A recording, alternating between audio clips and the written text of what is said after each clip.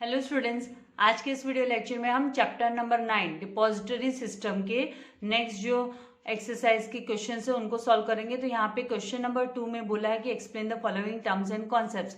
इनको एक्सप्लेन करने से पहले मैं आपसे रिक्वेस्ट करूंगी कि अगर अभी तक आपने चैनल को सब्सक्राइब नहीं किया तो चैनल को सब्सक्राइब कीजिए एंड चैनल लिंक अपने फ्रेंड्स के साथ शेयर करना मत भूलिएगा। बेल आइकन को जरूर प्रेस कीजिए ताकि आपको मेरे लेटेस्ट वीडियो के नोटिफिकेशन मिलते रहे। नाउ यहाँ पे डिपॉजिटरी सिस्टम का मतलब क्या है, तो अंडर द डिपॉजिटरी सिस्टम क्या होता है कि सिक्योरिटीज जो होते हैं, सिक्योरिटीज मतलब शेयर्स, उनको क्या किया जाता है, इलेक्ट्रॉनिक फॉर्म में रखा जाता है। डिपॉजिटरी सिस्टम मतलब securities are held in electronic form and जब उनका ट्रांसफर करना होता है, सेटलमेंट करना होता है, the transfer and settlement of securities are done electronically. फिर उनका जो ट्रांसफर एंड सेटलमेंट जो होता है, मतलब बाइंग एंड सेलिंग जब होती है या किसी के नाम पे है ना ट्रांसफर किया जा रहा है, तो वो भी इलेक्ट्रॉनिक फॉर्म में ही होता है, इलेक्ट्रॉनिकली किया जाता है अंडर डिपॉजिटरी सिस्टम में। नाउ ये जो डिपॉजिटरी सिस्टम है, द डिपॉजिटरी सिस्टम मेंटेन करता है accounts of share holder, share holders के अकाउंट्स को मेंटेन करता है, उन्हें हेल्प करता है ट्रांसफर करने में, enables to transfer, then collect करने में, डिविडेंड्स रिसीव करने में, कलेक्ट करने में एंड बोनस शेयर्स रिसीव करने में। और ये किसके बिहाफ में काम करता है डिपॉजिटरी सिस्टम, तो ऑब्वियसली ये अकाउंट किसका होता है, शेयर होल्डर्स का होता है। तो शेयर होल्डर्स के बिहाफ में ये काम करता है, उनके लिए काम करता है depository system. Now this system is also called as, ये सिस्टम को स्क्रिप्टलेस ट्रेडिंग सिस्टम भी बोला जाता है। ये जो सिस्टम है डिपॉजिटरी सिस्टम को स्क्रिप्टलेस ट्रेडिंग सिस्टम भी बोलते हैं। नाउ सेकेंड, डीमेटेरियलाइजेशन का मतलब क्या है, तो डीमेटेरियलाइजेशन मतलब डीमेट ये एक प्रोसेस है, it is a process where by, dematerialisation is a process जहां पर where bye a client can get physical certificates, जिनको है ना फिजिकल सर्टिफिकेट्स का है ना वो कन्वर्ट करके ले सकते हैं, they can get physical certificates converted into electronic mode, वो इलेक्ट्रॉनिक मोड में अपने सर्टिफिकेट्स को कन्वर्ट करके ले सकते हैं। एंड जो क्लाइंट मतलब share holder has to surrender, उन्हें सरेंडर करनी पड़ती है अपनी certificate along with the demat request form, DRF मतलब डीमेट रिक्वेस्ट फॉर्म के साथ में, डीमेट रिक्वेस्ट फॉर्म के साथ में उन्हें अपनी सर्टिफिकेट भी सरेंडर करनी पड़ती है, मतलब है ना डिपॉजिटरी सिस्टम को देनी पड़ती है। नाउ द डीपी फॉरवर्ड्स, जो डिपॉजिटरी पार्टिसिपेंट्स होते हैं वो फॉरवर्ड करते हैं, the DP forwards these two the depository, ये डिपॉजिटरी को फॉरवर्ड करते हैं, who in turn who in turn forwards it to the issuer। और फिर वो जो डिपॉजिटरी सिस्टम है, मतलब ये डिपॉजिटरी पार्टिसिपेंट, हमने स्टडी किया कि ये लिंक होता है between the depository system and जो क्लाइंट मतलब शेयर होल्डर्स, जो कि है ना ओनर होता है, अकाउंट का ओनर होता है, बेनिफिशियरी ओनर होता है, उसके जो शेयर्स है उनको फॉरवर्ड करता है डिपॉजिटरी पार्टिसिपेंट, जो लिंक होता है depository system and beneficial owner के बीच में। तो वो क्या करता है, डीपी वो फॉरवर्ड करता है इसको, वो डिपॉजिटरी को फॉरवर्ड करता है, और फिर बाद में जो डिपॉजिटरी है वो फॉरवर्ड करता है कंपनीज को, इशूअर मतलब जहां से ये इशू हुए हैं, कंपनीज जो कॉर्पोरेट कंपनीज से इशू हुए हैं वहां पर ये फिर है ना डिपॉजिटरी सिस्टम है ना फॉरवर्ड करता है। एंड फिर बाद में जो इशूअर क्या करता है, कंफर्मेशन देता है। After the confirmation from issuer, जब इशूअर से कंफर्मेशन मिल जाता है तो the depository will credit the securities, तो जो डिपॉजिटरी सिस्टम होता है वो है ना क्रेडिट कर देता है, मतलब खाते में जमा करा देता है शेयर होल्डर के खाते में, और उसके shares in the demat account, उनके पर्टिकुलर डीमेट अकाउंट में with the DP, depository participant के पास उनका सिक्योरिटी अकाउंट, उनका जो डीमेट अकाउंट होता है, तो उसमें ये है ना डिपॉजिटरी सिस्टम फॉरवर्ड कर देता है। तो यहाँ पे हम 3 पर्सन की बात कर रहे हैं, 3 पर्सन्स की बात करें। एक है डिपॉजिटरी पार्टिसिपेंट, जो लिंक होता है इसमें शेयर होल्डिंग जिसकी होती है, जिसने डीमेट अकाउंट ओपन किया होता है, तो उनके बीच में मतलब है ना बेनिफिशियल ओनर के बीच में, beneficial owner and depository system होता है, उनके बीच में लिंक होता है डिपॉजिटरी पार्टिसिपेंट। तो जब भी है ना इसको बेनिफिशियल ओनर को जब अपने फिजिकल सर्टिफिकेट जो है ना हार्ड कॉपीज होती है सर्टिफिकेट जो आप रिसीव करते हो कॉम्पिटिशन्स वगैरह में, तो वैसे ही शेयर सर्टिफिकेट्स होते हैं, तो वो जब उनको कन्वर्ट करके लेनी होती है इलेक्ट्रॉनिक फॉर्म में, इलेक्ट्रॉनिक फॉर्म में जब कन्वर्ट करना होता है, अब आप पूछोगे कैसे इलेक्ट्रॉनिक फॉर्म में टीचर कन्वर्ट होता है, तो अरे भाई जैसे आपके बैंक खाते में आपके पेरेंट्स के बैंक अकाउंट में पैसा है, उनको debit card and credit card के थ्रू वो कैसे यूज करते हैं, तो सेम वे शेयर्स को भी है ना डीमेट अकाउंट के थ्रू यूटिलाइज किया जाता है। ऑनलाइन जब ट्रेडिंग करते हैं तो उसको इलेक्ट्रॉनिक मोड में यूज किया जाता है, ट्रांसफर कर सकते हैं, सिक्योरिटीज को सेल एंड बाय का प्रोसेस कर सकते हैं। तो ये डिपॉजिटरी, इसमें कौन हेल्प करता है, तो डिपॉजिटरी पार्टिसिपेंट हेल्प करता है। तो जब इनको कन्वर्ट करना होता है अपने फिजिकल सर्टिफिकेट्स को इलेक्ट्रॉनिक मोड में, तो है ना वो क्या करता है, डिपॉजिटरी जो पार्टिसिपेंट होता है वो डिपॉजिटरी सिस्टम को फॉरवर्ड करता है, और फिर डिपॉजिटरी सिस्टम होता है वो जो कंपनीज होती है जिन्होंने इश्यू किया होता है उनको फॉरवर्ड करता है, और फिर कंपनी के है ना कंफर्मेशन के बाद जब वो है ना कन्वर्ट हो जाते हैं इलेक्ट्रॉनिक मोड में, तो डिपॉजिटरी सिस्टम होता है वो क्रेडिट कर देता है सिक्योरिटीज को डीमेट अकाउंट में विद द डिपॉजिटरी पार्टिसिपेंट के पास जो डीमेट अकाउंट होता है पर्टिकुलर ओनर का, पर्टिकुलर इसका पर्टिकुलर क्लाइंट का, तो उनके खाते में ये जमा हो जाते हैं। तो इस तरीके से प्रोसेस होता है। नाउ थर्ड है रीमेटेरियलाइजेशन। रीमेटेरियलाइजेशन इसका अपोजिट होता है डीमेटेरियलाइजेशन का। डीमेटेरियलाइजेशन में फिजिकल फॉर्म से कन्वर्ट किया जाता है इलेक्ट्रॉनिक फॉर्म में, एंड रीमेटेरियलाइजेशन में क्या होता है, इलेक्ट्रॉनिक मोड से है ना फिजिकल फॉर्म में कन्वर्जन होता है, मतलब हार्ड कॉपी चाहिए होती है। जैसे आप कैसे प्रिंट निकालते हो, अगर किसी ने आपको कोई ईमेल डॉक्यूमेंट ईमेल किया है तो आप उस डॉक्यूमेंट का ईमेल निकालते हो, वो ईमेल आपका इलेक्ट्रॉनिक फॉर्म में डॉक्यूमेंट हो गया तो उसको फिजिकल फॉर्म में निकालते हो। तो उसी तरीके से शेयर्स का भी इलेक्ट्रॉनिक फॉर्म से फिजिकल सर्टिफिकेट जब चाहिए तो उसको रीमेटेरियलाइजेशन बोलते हैं, सरल भाषा में, सिंपल भाषा में। तो यहाँ पे remat is the process where by a client can get his electronic holdings, अपने इलेक्ट्रॉनिक होल्डिंग्स जो सिक्योरिटीज के इलेक्ट्रॉनिक होल्डिंग्स है उनको कन्वर्ट करके ले सकता है फिजिकल सर्टिफिकेट्स में। अभी इसके लिए क्लाइंट किसको रिक्वेस्ट करेगा, तो ऑब्वियसली क्लाइंट का जो खाता होता है वो डिपॉजिटरी पार्टिसिपेंट्स के पास होता है,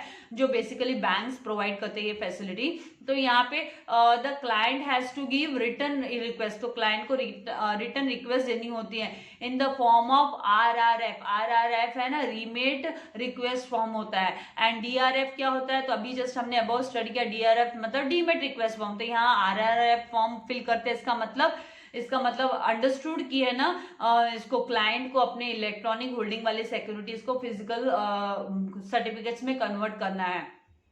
तो ये किसको सबमिट करेंगे, तो डीपी को सबमिट करेंगे, मतलब डिपॉजिटरी पार्टिसिपेंट को सबमिट करेंगे, एंड जो डिपॉजिटरी पार्टिसिपेंट होता है वो फिर फॉरवर्ड करता है RRF टू ईश्वर को फॉरवर्ड करता है, एंड द डिपॉजिटरी को वो फॉरवर्ड करता है। उसके बाद में जो इश्यूअर होता है, मतलब जो कंपनी इशू करती है शेयर सर्टिफिकेट, जो कंपनी शेयर सर्टिफिकेट इशू करती है मार्केट में शेयर्स लेके आती है, तो वो इशूअर कंपनी है, वो प्रिंट है ना सर्टिफिकेट्स की भेजती है, and sends them to the client को भेजते हैं, एंड साइमल्टेनियसली वो कंफर्मेशन देते हैं कि the acceptance of remat request to the depository, और डिपॉजिटरी को भी इसकी है ना वो लोग है ना पैरेलल साइमल्टेनियसली, मतलब पैरेलली वो है ना उनको भी डिपॉजिटरी को भी इंफॉर्मेशन दे देते हैं, कंफर्मेशन दे देते हैं कि भाई बंदे की जो इलेक्ट्रॉनिक होल्डिंग है उसको कन्वर्ट कर दिया हमने फिजिकल सर्टिफिकेट में उसकी रिक्वेस्ट पर।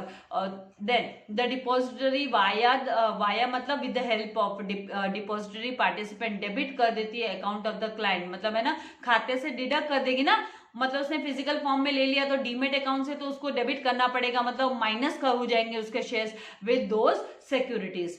तो इस तरीके से ये प्रोसेस होता है। नाउ फोर्थ जो कॉन्सेप्ट है वो है फंजिबिलिटी। फंजिबिलिटी का मतलब क्या है, तो इन फाइनेंशियल टर्म्स, अगर फाइनेंशियल टर्म्स में हम बात करें तो फंजिबिलिटी मतलब होता है the state of being interchangeable, कि इंटरचेंज करना।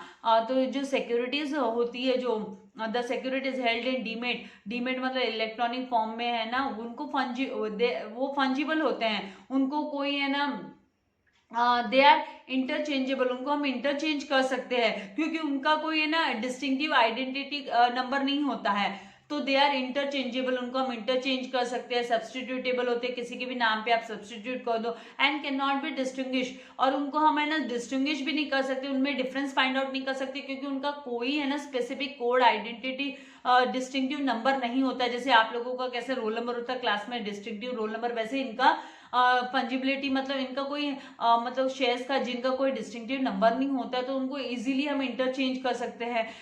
Then securities bear no notable, इसका मतलब जो शेयर्स है उनके ऊपर कोई भी नोटेबल फीचर नहीं होता है, जैसे कि डिस्टिंक्टिव नंबर हुआ, सर्टिफिकेट नंबर हुआ, फोलियो नंबर हुआ, तो ये सब नंबर नहीं होता है। देन नेक्स्ट जो टर्म है वो है ISIN। तो ISIN क्या होता है, तो ये इंटरनेशनल सिक्योरिटीज आइडेंटिफिकेशन नंबर होता है। International securities identification number, ISIN मतलब इंटरनेशनल सिक्योरिटीज आइडेंटिफिकेशन नंबर। तो ये जो कोड है ये यूनिक कोड है। It is a code that uniquely identifies a specific securities जो इशू की जाती है तो उसको अलग से वो डिस्टिंक्टिवली हम उसको आइडेंटिफाई कर सकते हैं बिकॉज ऑफ ISIN नंबर की वजह से। Then ISIN numbers in any country are allotted by the country's NNA। उसको कौन अलॉट करता है, कौन डिस्ट्रीब्यूट करता है ISIN नंबर को, तो नेशनल नंबरिंग एजेंसी होती है। इसके लिए नेशनल नंबरिंग एजेंसी अपॉइंट की होती है, तो वो लोग अलॉट करते हैं ISIN नंबर पर्टिकुलर कंट्री के सिक्योरिटी के लिए। Now ISIN is a standard numbering system है विच इज एक्सेप्टेड ग्लोबली। इसको है ना ग्लोबली वर्ल्ड वाइड एक्सेप्ट किया गया है ISIN नंबर का। इसका फुल फॉर्म भी इंटरनेशनल सिक्योरिटीज आइडेंटिफिकेशन नंबर होता है। एंड ये जो the international organisation of standards standardisation, जिसको ISO हम ISO सर्टिफाइड बोलते हैं ना, ISO the international organisation of standardisation currently define करता है ISIN स्ट्रक्चर को, ये डिफाइन करता है। एंड इंडिया में हम बात करें तो ये जो ISIN है, इशूइंग ISIN टू सिक्योरिटीज, ये किसको असाइन की गई है, ड्यूटी किसको दी गई है, तो ये है ना it is assigned by SEBI. इसको है ना सेबी ने किसको असाइन किया, NSDL को असाइन किया टू NSDL फॉर डीमेटेड शेयर्स। जितने भी डीमेटेड शेयर्स है उनके लिए ISIN नंबर जो है वो डीमेट वो है ना NSDL को दिया है ये ड्यूटी सेबी ने, security exchange board of India ने। And SEBI works as a NNA in India. और इंडिया में NNA के रूप में कौन काम करता है, नेशनल नंबरिंग एजेंसी के रूप में कौन काम कर रहा है, तो SEBI security exchange board of India काम करती है, जो कि है ना ISIN नंबर की अथॉरिटी भी उसने NSDL को दी हुई है for government securities. Government securities के लिए जो डिस्ट्रीब्यूशन है ISIN नंबर का वो कौन करता है, तो गवर्नमेंट सिक्योरिटीज के लिए आपको याद रखना है कि गवर्नमेंट सिक्योरिटीज के लिए रिजर्व बैंक ऑफ इंडिया करती है, reserve Bank of India. And बाकी जो प्राइवेट है उनके लिए है ना सेबी ने है ना NSDL को अथॉरिटी दी है, नेशनल सिक्योरिटीज डिपॉजिटरी लिमिटेड को दी है। नाउ ISIN कंसिस्ट कितना, उसमें डिजिट अल्फा न्यूमरिक कोड होता है, तो उसमें 12 डिजिट अल्फा न्यूमरिक मतलब अल्फाबेट भी होते हैं, उसमें नंबर्स भी होते हैं, कोड होते हैं, which is divided in 3 parts, 3 parts में वो डिवाइडेड होते हैं। Now the company has to apply, इसके लिए कंपनी को अप्लाई करना होता है फॉर द ISIN के लिए कंपनी को अप्लाई करना होता है for its securities with documents like prospectus. उसे ना इसके लिए कौन से डॉक्यूमेंट सबमिट करने होते हैं, तो अपना जो प्रोस्पेक्टस होता है, सिक्योरिटीज का प्रोस्पेक्टस निकालना पड़ता है ना, उसमें सारी डिटेल्स होती है, कितने का IPO आने वाला है, कितने का शेयर्स होगा, कितना तो यहाँ पे वो प्रेफरेंस शेयर है या इक्विटी शेयर है, तो ये डिटेल साथ में है ना प्रोस्पेक्टस है ना सबमिट करना होता है कंपनीज को ISIN नंबर पाने के लिए। तो एक बात यहाँ पे याद रखने की, गवर्नमेंट सिक्योरिटीज के लिए है ना Reserve Bank of India ISIN number allot करती है, एंड प्राइवेट के लिए है ना NSDL करती है। ये अथॉरिटी किसने दी NSDL को, तो सेबी ने दी है ये अथॉरिटी। और ये जो ISIN है ये वर्ल्ड वाइड ग्लोबली एक्सेप्टेड है, ठीक है। तो इस तरीके से हम लोगों को इसको ध्यान रखना है। Now question number 3, study the following case और situation and express your opinion. आपको अपना ओपिनियन एक्सप्रेस करना है, केस स्टडी है। तो यहाँ पे मिस्टर जेड के पास होल्डिंग है 100 शेयर्स की of a peculiar company limited, company का नाम है पेक्यूलियर कंपनी लिमिटेड का, इन फिजिकल मोड में है, and wishes to convert the same in electronic mode. वो इच्छुक है कि वो इसको है ना इलेक्ट्रॉनिक फॉर्म में कन्वर्ट करना चाहता है। तो यहाँ पे mister zone holds a saving account with CF DH bank limited, उसके पास जो उसका सेविंग अकाउंट है CFDH बैंक लिमिटेड के पास है, can he deposit his shares in this account for demat, क्या उस इस अकाउंट में, सेविंग अकाउंट में वो क्या डिपॉजिट कर सकता है क्या? तो ये तो गलत है, सेविंग अकाउंट में थोड़ा ना डिपॉजिट होएगा। Now what type of account is needed for them, so तो फिर कौन से टाइप का अकाउंट चाहिए रहेगा इसके लिए? तो यहाँ पे डीमेट अकाउंट चाहिएगा डीमेटेरियलाइजेशन के लिए। Then is the RBI which will be the custodian of the shares of mister Z after demating, एक बार डीमेटिंग करने के बाद में क्या RBI इसकी कस्टोडियन होती है? तो RBI थोड़ी ना इसकी कस्टोडियन होती है। तो हम लोगों को इन तीनों क्वेश्चन का आंसर देना है कि भाई RBI यहाँ पे NSDL वगैरह होते हैं। तो यहाँ पे answer number 1, mister Z can not deposit his shares in his bank account for demat, savings account में खाते में थोड़ी ना जमा कराएगा। अब उसके लिए उसको कौन सा अकाउंट चाहिए? तो अ डीमेट अकाउंट ओपन करना पड़ेगा उसको, डीमेटेरियलाइज्ड अकाउंट। तो यहाँ पे a demat account is required to converting his physical shares into electronic mode. Then RBI थोड़ी ना कस्टोडियन होगी, RBI थोड़ी ना सुरक्षा करेगी उसके शेयर्स का, कौन करेगा? तो RBI will not be the custodian of the shares of mister Z after demeting. Depository, that is NSDL or CDSL is the custodian of securities and records. Securities and records का custodian कौन होगा? तो NSDL and CDSL होगा इसका custodian, National Securities Depository Limited, and यहाँ पे Central Depository यहाँ पे होगा custodian. Now second, mister R holds 100 shares, 100 share उसके हाथ में है पेक्यूलियर कंपनी लिमिटेड के, इन डीमेट मोड, उसके पास डीमेट मोड में है। He wants to transfer 1 share each to his wife, हर एक शेयर वो अपनी वाइफ को ट्रांसफर करना चाहता है, डॉटर को करना चाहता है, सन को करना चाहता है each share. Can he do so, क्या वो कर सकता है? ऑफकोर्स वो कर सकता है, राइट। तो उसके लिए उसको डीमेट अकाउंट चाहिए रहेगा, उसमें ट्रांसफर करेगा, तीनों के सेपरेट अकाउंट्स बनाने होंगे उसको, वाइफ के, डॉटर के एंड सन के। Then does he need to submit DRF to DIS, क्या उसको है ना DRF सबमिट करना पड़ेगा DIF को, मतलब DRF मतलब यहाँ पे जो डीमेट रिक्वेस्ट फॉर्म उसको सबमिट करना पड़ेगा। तो इसकी क्या जरूरत है? और DIS करना पड़ेगा, डिलीवरी इंस्ट्रक्शन स्लिप उसको फिल करना पड़ेगा, ठीक है। तो if wants to transfer his shares, then can he nominate his wife in his demat account, demat account में अपनी वाइफ को नॉमिनेट कर सकता है, मतलब उसका नॉमिनेशन में उसका नाम, नॉमिनी में उसका नाम दे सकता है क्या वाइफ में? तो ऑफकोर्स नॉमिनी का नाम वो अपने डीमेट अकाउंट में वाइफ का डाल सकता है कि अगर इन केस कुछ उसको हो गया, इफ इज नो मोर, या उसकी मेंटल हो गया, कुछ प्रॉब्लम हो गई, साइकोलॉजिकली डिस्टर्ब हो गया, तो उसकी वाइफ हैंडल कर लेगी उस केस में। तो यहाँ पर जो आंसर नंबर 2 में सबसे पहले हमको आंसर देना कि ही वांट्स टू ट्रांसफर, तो उसे क्या करना पड़ेगा? अगर वो वाइफ, डॉटर एंड सन के खाते में जमा कराना चाहता है, उनके नाम पे ट्रांसफर करना चाहता है, हाँ, और उसका डीमेट मोड में है, तो उसको डीमेट अकाउंट ओपन करना पड़ेगा। तो यहाँ पे आंसर 1 में आप लिखिए, आंसर 2 में पहला जो क्वेश्चन सब क्वेश्चन है उसका आंसर है कि he can transfer 1 share each to, एक शेयर हर एक जन को, हिज वाइफ को, डॉटर को एंड सन को, if they have a demat account separately, अगर उनके पास उनका डीमेट अकाउंट सेपरेटली है तो कर सकता है। कैन ही डू सो, तो उसके लिए आपको इसी तरीके से लिखना है, if they have demat account separately then he can do it. Then second, और अगर उसको करना ही है तो फिर अकाउंट ओपन करवाना पड़ेगा। Then B, the shares of, क्योंकि बी में पूछा कि भाई DRF फिल करना है या DIS सबमिट करना है, तो यहाँ पे the shares mister R R already in, the shares of mister R R already in a demat form, और डीमेट मोड में यहाँ पे आपको ऑफ लिखना ना, share of, the shares of, so he has to submit only delivery instruction slip, उसको delivery instruction slip fill करनी होगी।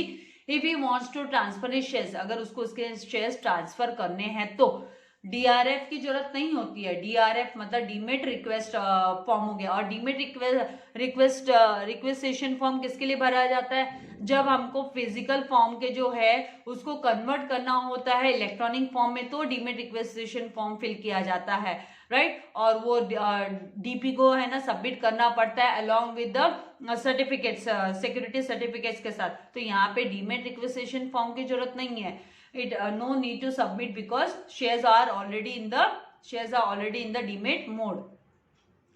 Now third, can he dominate his wife in his demat account? तो यस ही कैन नॉमिनेट, वो nominate कर सकता है, nominee बना सकता है अपनी वाइफ को उसके डीमेट अकाउंट में। अगर individual investor can avail of nomination facility, उसको नॉमिनेशन फैसिलिटी मिल सकती है। इसका फर्क क्या, इसका फायदा क्या होता है? तो इसका फायदा ये होता है कि ये जो सिंप्लीफाई कर देता है प्रोसेस। अगर इन केस इन्वेस्टर की डेथ हो जाती है तो उस केस में उसकी वाइफ को ऑटोमेटिकली उसकी वाइफ के नाम पे ट्रांसफर हो जाता है, उसके शेयर्स जो डीमेटेरियलाइज फॉर्म में शेयर्स है वो उसकी वाइफ के नाम पे ट्रांसफर हो जाता है। तो ये इस प्रोसेस को ये इजी बनाता है, इसीलिए नॉमिनी है ना। आप देखिए ना, अब है ना घर, अगर आप किसी के नाम पे, समझो पेरेंट्स के नाम पे घर है, मम्मी के नाम पे घर है, तो उसका नॉमिनी उसके आपके डैडी हो सकते हैं, आपको नॉमिनी बना सकते हैं। हाँ, आप हो सकता है आप अभी 18 प्लस नहीं हो तो माइनर, ऑब्वियसली सबका 18 नहीं हो जाता है 12th स्टैंडर्ड में, तो माइनर के उसमें हो तो फिर है ना नॉमिनी में आपका नाम आ जाएगा। लेकिन आप डायरेक्टली अगर, मतलब यहाँ पे क्या है ना, नॉमिनी सिंपली यही बात है कि कुछ भी है ना इनसे मिस शेप हो गया लाइफ में तो है ना नॉमिनी को है ना वो अथॉरिटी मिल जाती है।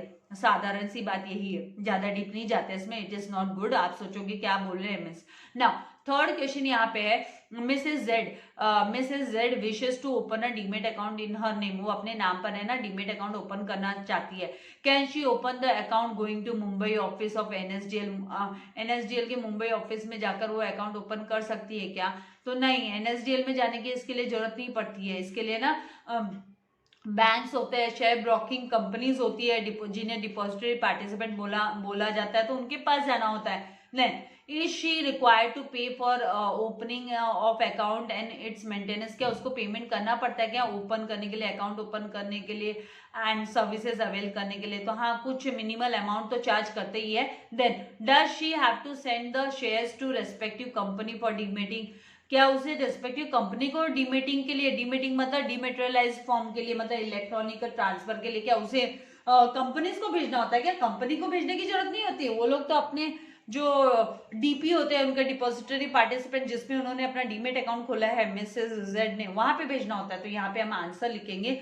सबसे पहले सब क्वेश्चन नंबर ए का आंसर है कि she can not open the account going to Mumbai office of NSDL, NSDL के पास जाके अकाउंट ओपन नहीं करेगी, बिकॉज एनएसडीएल तो क्या है, डिपॉजिटरी सिस्टम है, is a depository which is like a central bank, जो कि सेंट्रल बैंक के जैसे काम करती है। जैसे आरबीआई कैसे काम करती है वैसे एनएसडीएल है ना, वो है ना डिपॉजिटरी पार्टिसिपेंट, मतलब वो है ना ये डीमेटेरियलाइज्ड अकाउंट की अथॉरिटी जिन जिन पार्टिसिपेंट्स को दिया हुआ है उनके ऊपर वो हेड ऑफिस हो गया। So she has to open demat account with a DP, DP मतलब डिपॉजिटरी पार्टिसिपेंट्स के पास कराना होगा। एग्जांपल के तौर पे डीपी कौन कौन हो सकते हैं, तो बैंक्स हो सकते हैं एंड शेयर ब्रोकिंग कंपनीज होती है, तो उनके पास अप्रोच कर सकते हैं। शायद आपने नाम सुना होगा एंजल ब्रोकिंग का, आपने नाम सुना होगा, अलग अलग बैंक्स है ना डीमेट अकाउंट ओपन करवा के देती हैं। तो ये आईसीआईसीआई बैंक हो गए, उनके ना डीमेट अकाउंट ओपन वाले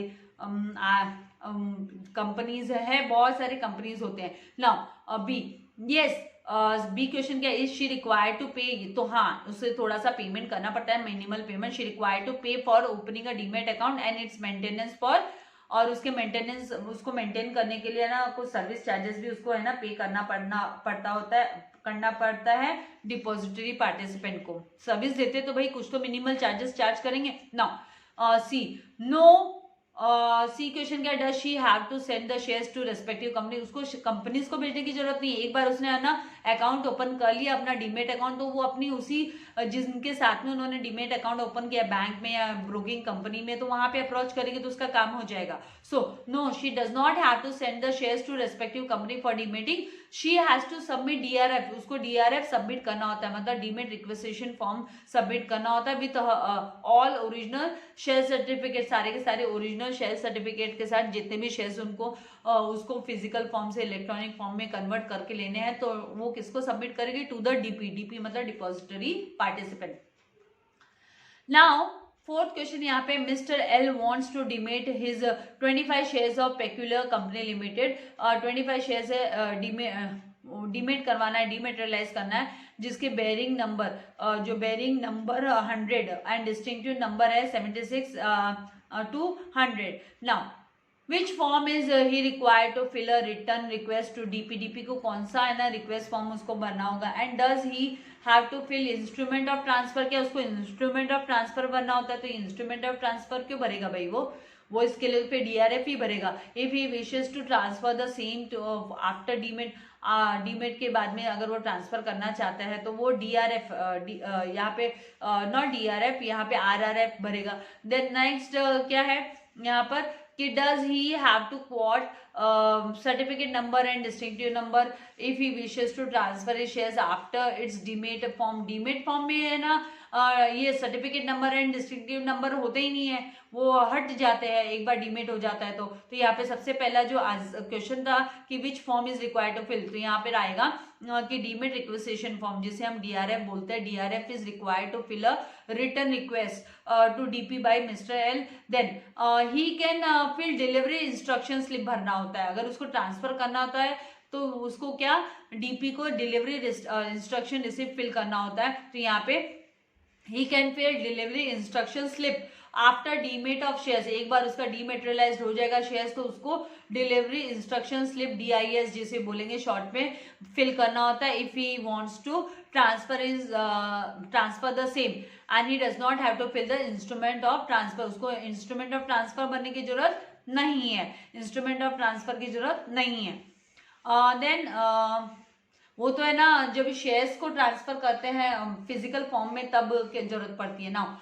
सी mister L does not have to quote, उसको कोई नंबर डिस्टिंक्टिव नंबर देने की नहीं जरूरत होती है। Any such number after the shares are converted, जब है ना शेयर्स कन्वर्ट हो जाते हैं इन डीमेट फॉर्म में। And the securities held in demat, जो सिक्योरिटीज इलेक्ट्रॉनिक फॉर्म में है वो फंजिबल होते हैं, मतलब उनको कोई भी डिस्टिंक्टिव नंबर की जरूरत नहीं होती, इजीली उसको इंटरचेंज कर सकते हैं, किसी के भी नाम पे ट्रांसफर कर सकते हैं, बाइंग सेलिंग एकदम कंफर्टेबली कर सकते हैं। They are interchangeable, substitutable, substitute किया जा सकता है, and can not be distinguish, और उनको हम डिस्टिंग्विश नहीं कर सकते हैं फ्रॉम ईच अदर से। नाउ सिक्योरिटीज बेयर, ये साधारण सी बात है, जैसे कि है ना आपके बैंक अकाउंट में, आपके पेरेंट्स के बैंक अकाउंट में पैसा है, और पैसा है तो जब आप कोई ट्रांजेक्शन कर रहे हो, आप शॉपिंग मॉल से शॉपिंग कर रहे हो और आपने क्रेडिट कार्ड प्रोड्यूस किया, तो उसके साथ में आपको कोई नोट्स के नंबर नहीं देने होते हैं कि भाई कौन सा नोट आप है ना परचेसिंग के टाइम पे पेमेंट कर रहे हो, कौन से डिस्टिंक्टिव नंबर वाला नोट, तो ऐसा नहीं होता है ना इलेक्ट्रॉनिक फॉर्म में।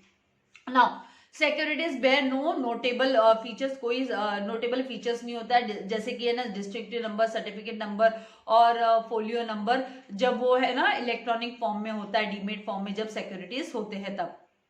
नाउ नेक्स्ट यहाँ पर है Mrs S holds 50 shares of peculiar company limited, 50 share उसके पास पेक्यूलियर कंपनी लिमिटेड के इन डीमेट फॉर्म में। The company has to declare a dividend of ₹5, 5 रुपए का डिविडेंड डिक्लेयर करना है कंपनी को पर शेयर के पीछे, and bonus share 1:1 to its shareholder, और अपने शेयर होल्डर को 1:1 का मतलब एक शेयर के पीछे एक बोनस शेयर मिलेगा। तो how will mister S get his dividend, उसको उसका डिविडेंड कैसे मिलेगा? अरे भाई डीमेट अकाउंट में आ जाएगा ना, क्रेडिट हो जाएगा। How will mister S get his dividend, फिर will he get the bonus share in physical और डीमेट फॉर्म, तो डीमेट फॉर्म में मिल जाएगा, उसके पास डीमेट अकाउंट है। तो who is entitled to dividend and bonus, किसको है ना डिविडेंड एंड बोनस मिलता है? मिस्टर एस, और डिपॉजिटरी को मिलेगा, किसको मिलेगा? एनएसडीएल इन दिस केस, किसको ये मिलेगा? तो यहाँ पे पहले सबसे पहले जो क्वेश्चन है ए कि his dividend will be credited directly in his saving account में, और जो कि लिंक्ड होगा, ये सेविंग अकाउंट लिंक किसके साथ लिंक होगा? तो which is linked with the DP account. DP account मतलब डिपॉजिटरी पार्टिसिपेंट के पास जो उनका डीमेट अकाउंट होता है, उस अकाउंट से ये है ना लिंक होगा उसका सेविंग अकाउंट, तो डायरेक्टली उसके खाते में पैसा आ जाएगा।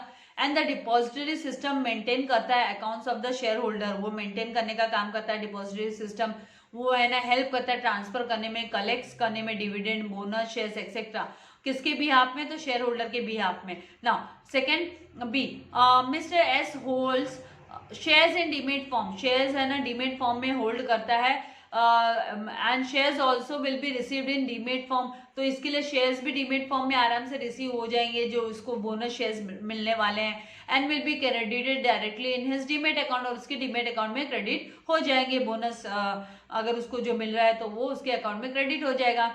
नाउ मिस्टर एस थर्ड जो है who is entitled to the dividend and bonus, तो mister S is the beneficial owner. Beneficial owner कौन है? मिस्टर एस है, इसीलिए मिस्टर एस को रिसीव होगा, डिपॉजिटरी को रिसीव नहीं होने वाला है, ये उसके डीमेट अकाउंट में आएगा। So he is entitled to get dividend and bonus. Dividend उसके सेविंग अकाउंट में पैसा चला जाएगा, बोनस शेयर्स है ना उसके डीमेट अकाउंट में सेफली पड़े रहेंगे। तो इस तरीके से ये कंप्लीट किया हम लोगों ने। ये जो क्वेश्चन नंबर 2 and 3 इस वीडियो में हमने कंप्लीट किया। नेक्स्ट वीडियो में मैं आप लोगों के लिए नेक्स्ट क्वेश्चंस का जो सोल्यूशन है वो अपलोड करूंगी। और तो इससे पहले अगर अभी तक आपने ना चैनल को सब्सक्राइब नहीं किया तो जल्दी से चैनल को सब्सक्राइब कर लो और है ना बेल आइकन को प्रेस करो ताकि आपको लेटेस्ट वीडियो के नोटिफिकेशंस मिलते रहे। Like and share. Thank you very much. God bless you all dear students.